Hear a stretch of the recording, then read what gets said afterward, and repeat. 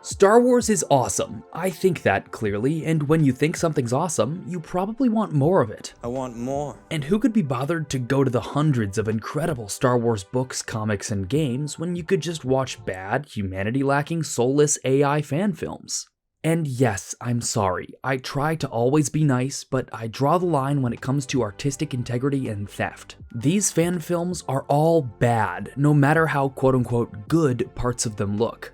But I also believe in constructive criticism. So the constructive criticism I'll be giving for these fan films is the actual artist-made Star Wars stories that they rip off and steal elements from that you can read and play instead of giving these people more money for tokens or whatever AI needs. And just a warning, this will be less like my other videos and won't be scripted as I watch these fan films.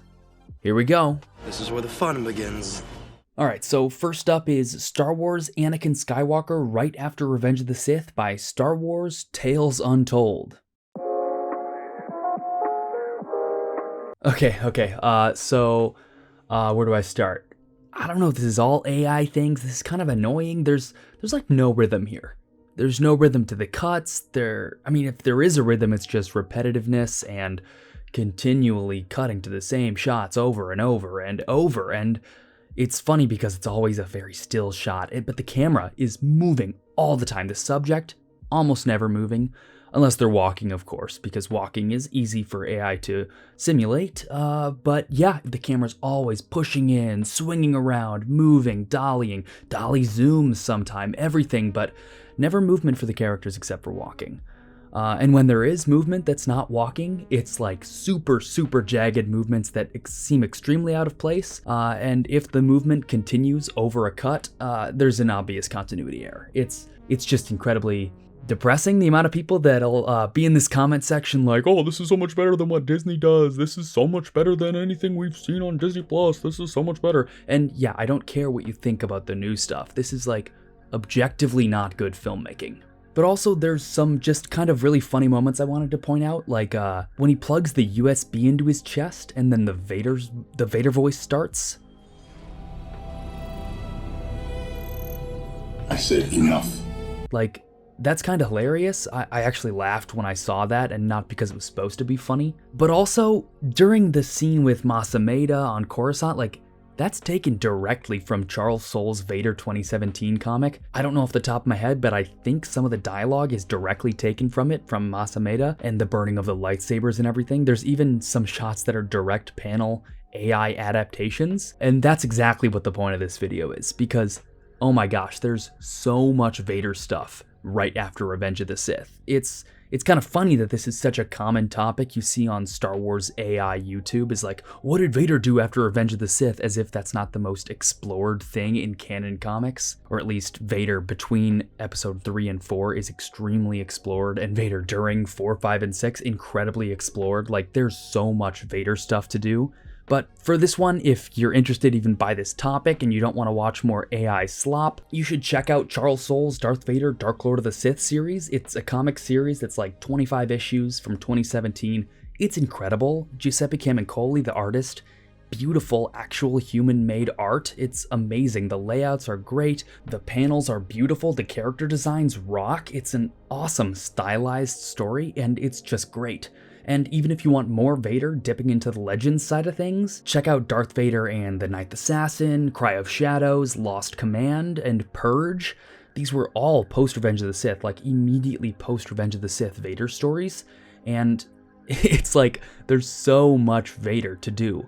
Why are you wasting your time making or watching this kind of AI stuff when real Star Wars stories with actual dialogue that isn't just talking about power or referencing the prequels is in these stories? Like, it's actual character arcs for Vader. Character work for Vader between movies is tough to do, and Charles Soule does it excellently. So yeah, please read some of those comics. And now moving on to the next one, we have the Beggar's Canyon 3-part series from Star Wars Lost Legends, and this one has a lot of views, almost 600,000 views in 4 months for this one, and of course the comments are filled with people hating the sequels, but you know, let's just take a look and see what this one's got. Alright, so I just watched all 3, and this is pretty much taken from the beginning of Shadows of the Empire.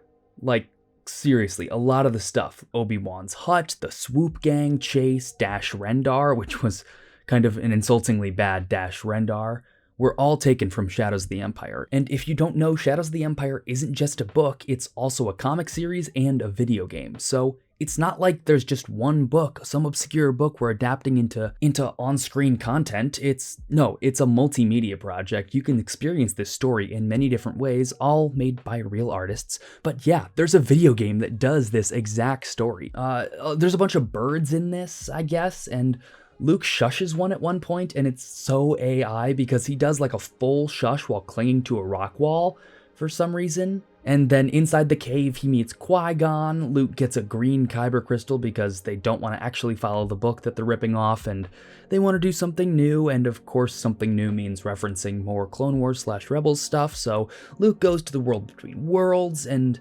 it's just very, very strange. It cuts off kind of suddenly, and that just brings to mind another thing with these. Specifically this kind of quality of video, they're all kind of 7.5 to 9 minutes long.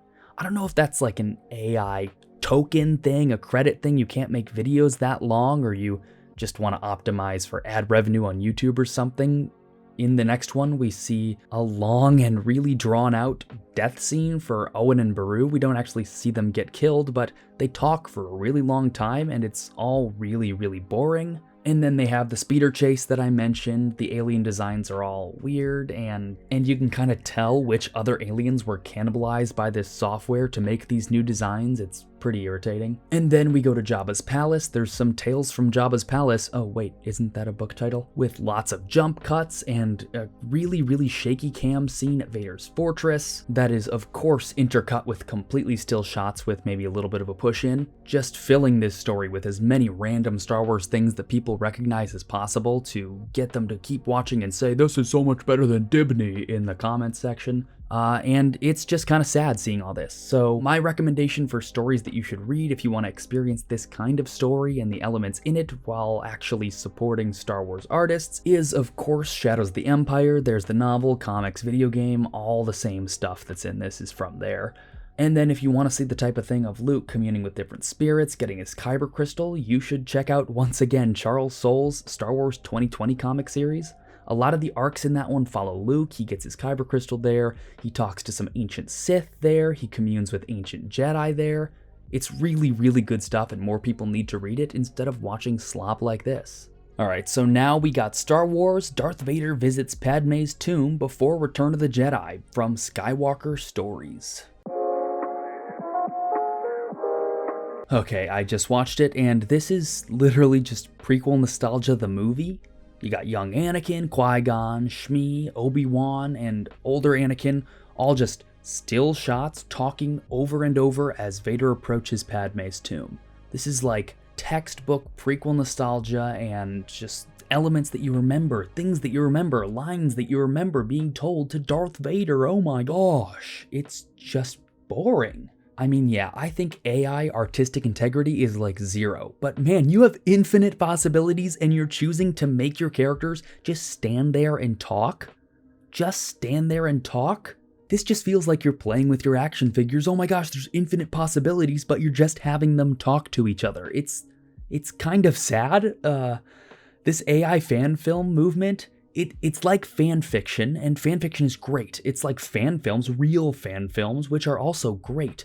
I don't really care if you're making a Vader slop fan film, no offense Star Wars Theory, but those kind of fan films, even those ones are so valid compared to this. These take no skill, no learned abilities. You're not gonna make one of these and then say, oh, I learned how to do this because I was making my Star Wars fan film. Like, a lot of people get started in filmmaking because they're making fan films. And so many writers get started writing because they're writing fan fiction. That's an awesome way to spend your time, an awesome way to express your fandom, and it's just not AI.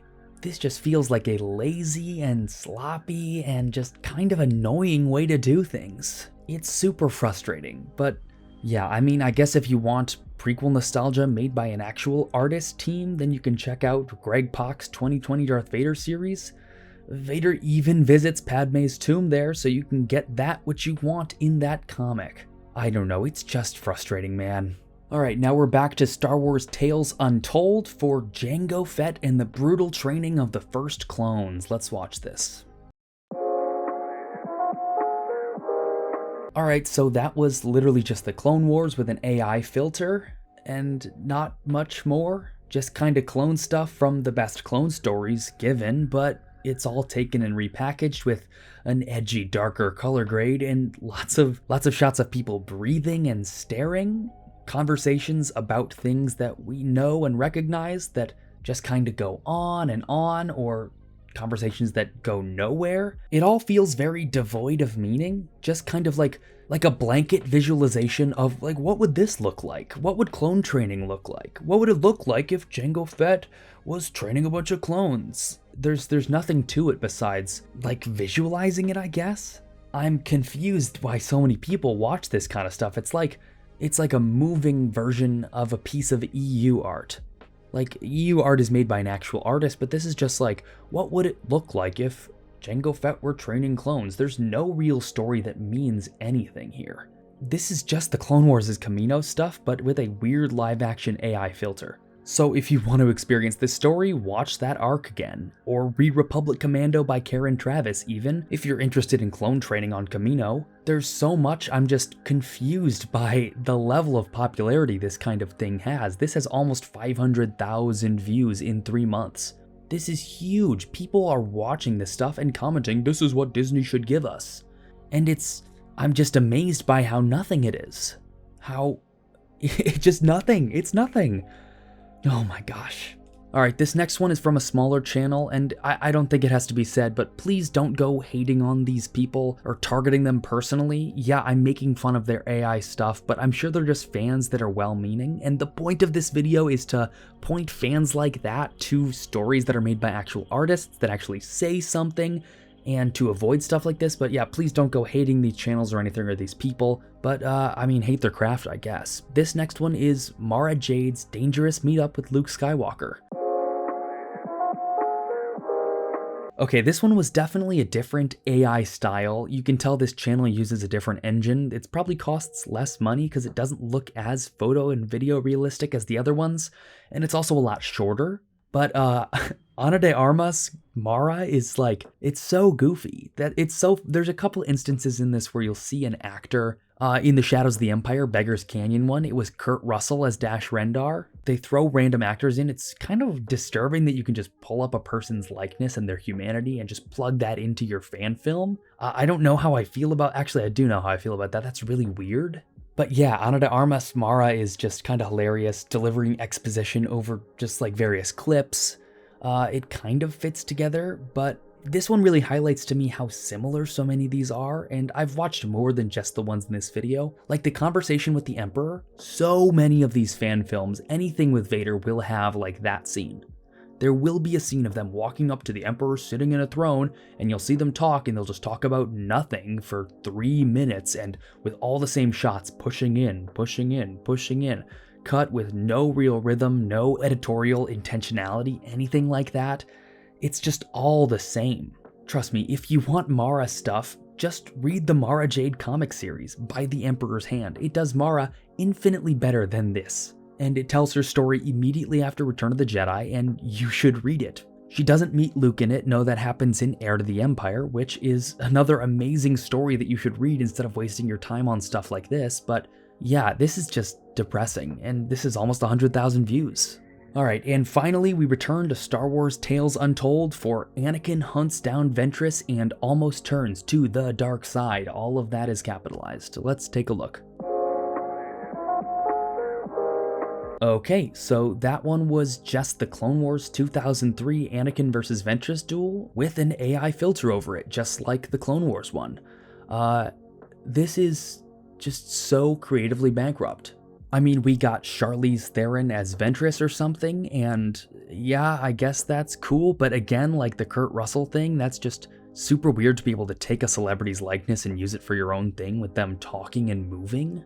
And this one just suffers from kinda all the same problems the others do. The lightsaber duel here though, which we haven't really seen in any of the other ones, the lightsaber duel is actually kind of hilarious. They barely make contact. The cuts don't line up at all. They will be in totally different positions between cuts during what is supposed to be the same duel, and then it just doesn't have any of the same amazing battle geography that the Tartakovsky duel has. It's just kind of sad that people would watch this. This got 200,000 views.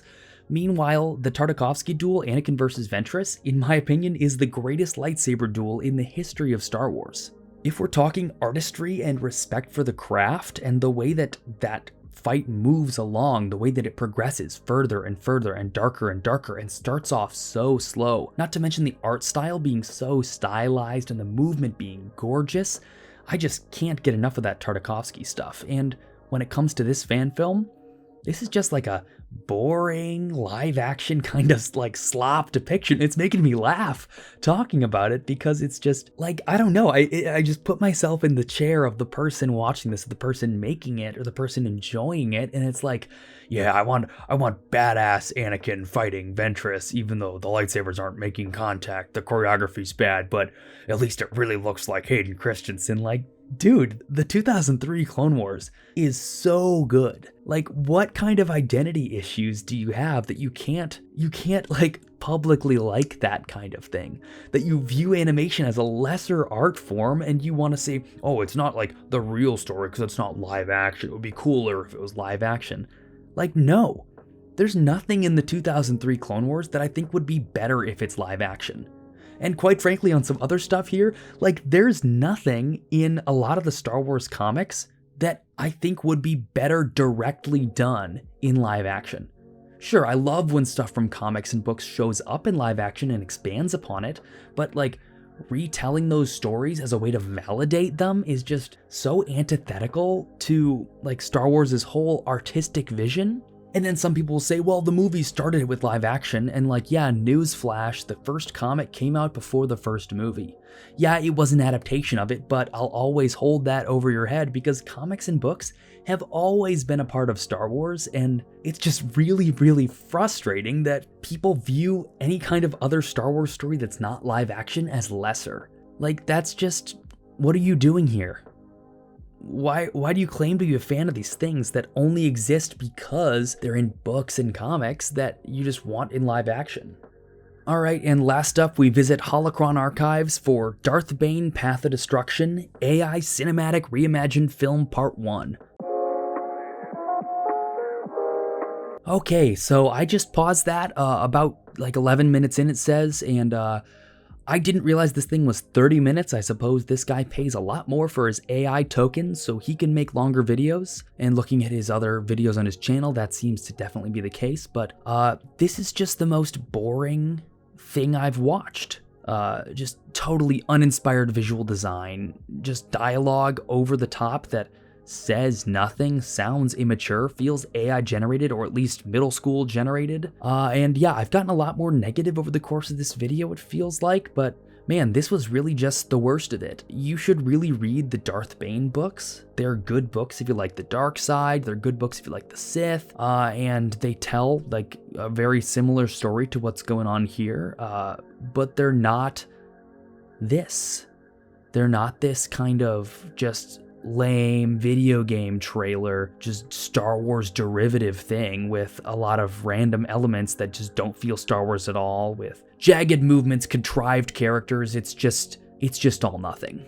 It's very much nothing. Just go read a Star Wars book, man. Go read some books. Go read some comics. If you like pictures or like visual stuff, yeah, you got comics. You even got video games sometimes. Play Jedi Knight Jedi Academy if you want Luke's new Jedi Order stuff. Play Knights of the Old Republic. Play the Old Republic MMO. That's still going. Learn any kind of skill to make your own fan film or fan fiction. Literally just do anything that's not AI. Please, I'm begging you. Thank you for joining me on this journey.